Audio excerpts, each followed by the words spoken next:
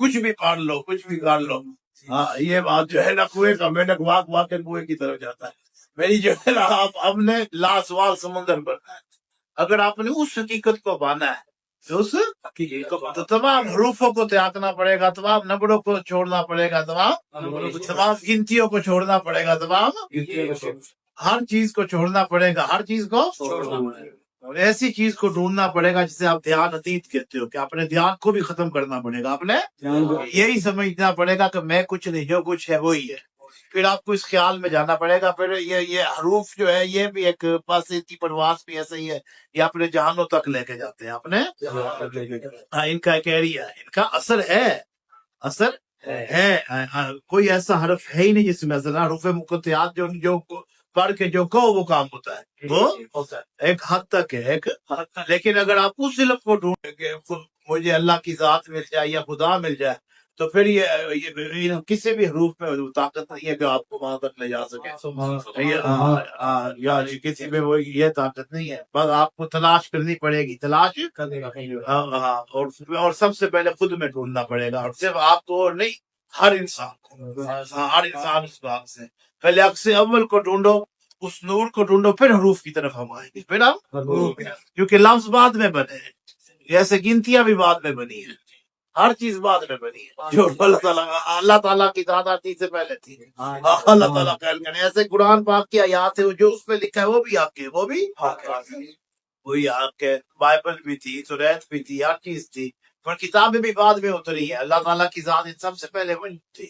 لیکن میں سچ لکھا کہ لامی یولد یہ سب بات سورۃ اخلاص میں اس کی سچی صفت ہے. یہ سچی اگر آپ لامی یالد ولام یولد کو بھی ہم پکڑ لیں تو ہمیں سمجھ آ جاتی ہے، سمجھ آ جاتی ہے کہ ہمارا حقیقی مالک کون ہے، ہمارا حقیقی مالک. حضرت آدم کے ماں باپ نہیں تھے، حضرت آدم کے، لیکن وہ مٹی سے بنے. اس کا مطلب کوئی چیز تو اس سے پہلے تھی نا جس سے وہ بنا جو ہے بات کرنے والی ہے. ہم نے اس چیز کو حاصل کرنا ہے جو ان تمام علوم سے باہر ہے، جو تمام نہ وہ شریعت میں، نہ وہ طریقت میں، نہ وہ حقیقت میں، نہ وہ معرفت میں، نہ وہ فقر اس کے قریب ہے. ان سب چیزوں کو چھوڑنا پڑے گا، سب چیزوں کو چھوڑنا پڑے گا، اس اصل کی طرف جانا پڑے گا.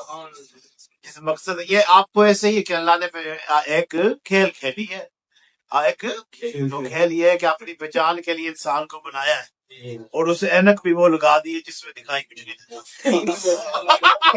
نہیں معاف کیجیے گا. جو اینک کا چشمہ ہے نا وہ اتارنا پڑے گا. اس کے ہاتھوں کا بھی ذکر ہے، ید اللہ فوق ایدی ہے.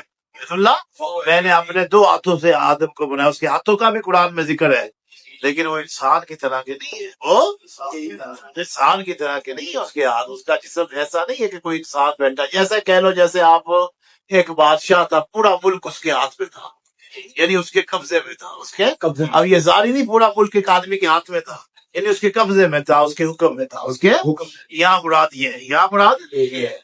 تو ہم یہ مانتے ہیں کہ اللہ تعالیٰ کی جو پاک ذات ہے یہ وجود سے برتر ہے، وجود سے ماورا ہے. جیسا کہ مثل اس کے کوئی چیز نہیں ہے کوئی.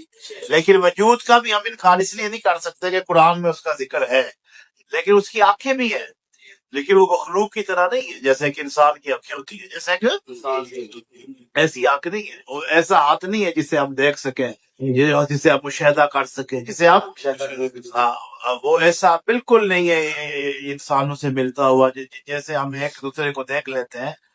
وہ ایسا نہیں ہے، وہ ایسا اس کو دیکھنے کے لیے خود سے گزرنا پڑتا ہے، خود سے. ہاں ہاتھوں کا بھی ذکر ہے، لیکن وہ ایسا نہیں ہے جیسا کہ انسان کا روپ ہوتا ہے، رنگ ہوتا ہے، ویسا نہیں ہے. برابر تو انسان سے بڑا آسمان ہے جس میں وہ گھوڑا ہے. یہی بات ہے نا.